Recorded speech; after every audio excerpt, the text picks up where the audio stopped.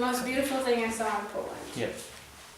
I think the thing that struck me the most was like the natural beauty of the place. When we arrived from the airport and we were in our taxi on the way to the Pink Panther, I just noticed like how gold everything was. Like the entire city seemed like it was filled with like golden leaves and people walking everywhere and little children holding their parents' hands. So cute.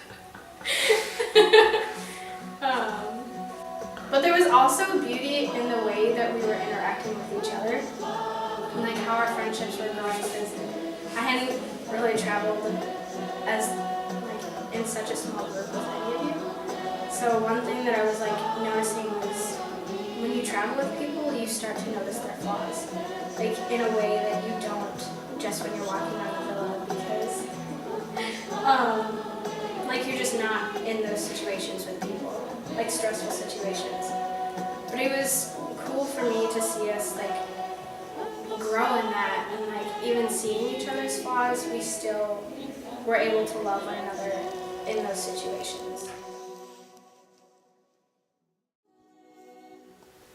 My most beautiful experience was walking into the Basilica of St. Anne and the Basilica of John Paul II. So the Basilica of St. Anne, when we went in the first night that we were there, and we were invited into adoration, which was just a complete surprise. And to walk into this beautiful church full of all these colors and incense and people just focus on Jesus in the front, really felt like I was walking into heaven. And it was just like out of nowhere. And it brought me so much joy, and I didn't even see the beauty of the church until I was in front of the Lord, and then he was being processed around, and I looked back to see Jesus, and I looked up and I saw the crucifix and the glory of the place and the blue ceiling with the gold stars, and yeah, that was just really cool to slowly be brought into such a beautiful church. And then the Basilica of John Paul II, I was looking for an artist, Rupnik. He is a mosaic artist, and I knew that his work was in Krakow somewhere, but I didn't know where.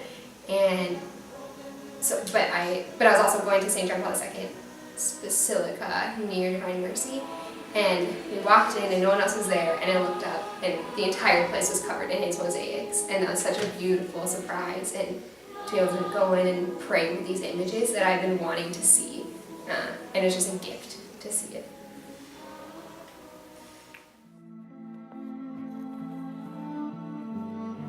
Auschwitz was a very heavy place, very sobering place. Because I mean, you hear about it all the time at school, and just how like you can go to Holocaust museums and get a good feel of it, and it's very deep and it's hard to read about, to learn about, but then to actually be there and experience it was a whole new level of the impact that Auschwitz had on our world.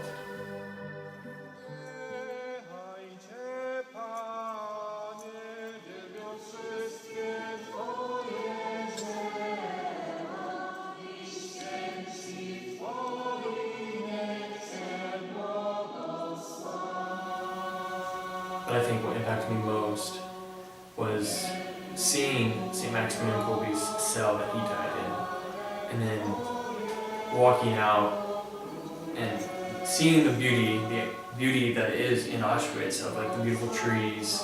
The day was just perfect,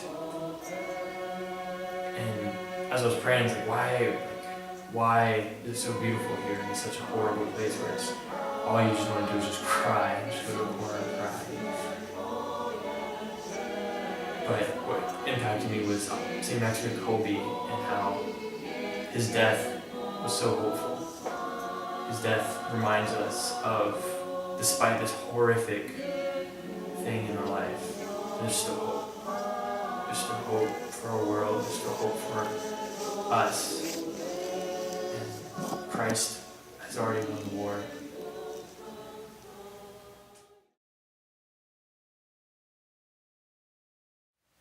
Absolutely, Poland was incredible.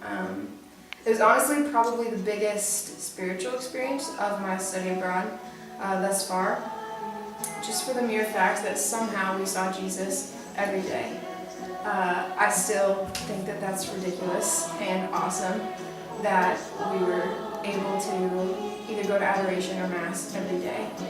And it was exactly what I needed to just really center myself, really. Even though we're at the end of the semester, it's the beginning of a crazy travel time for me. And so it was this exactly what I needed to know what's important, and that's the Lord, and that to know that He's in all of this, whether good or bad, that He is present and I need to be present to Him.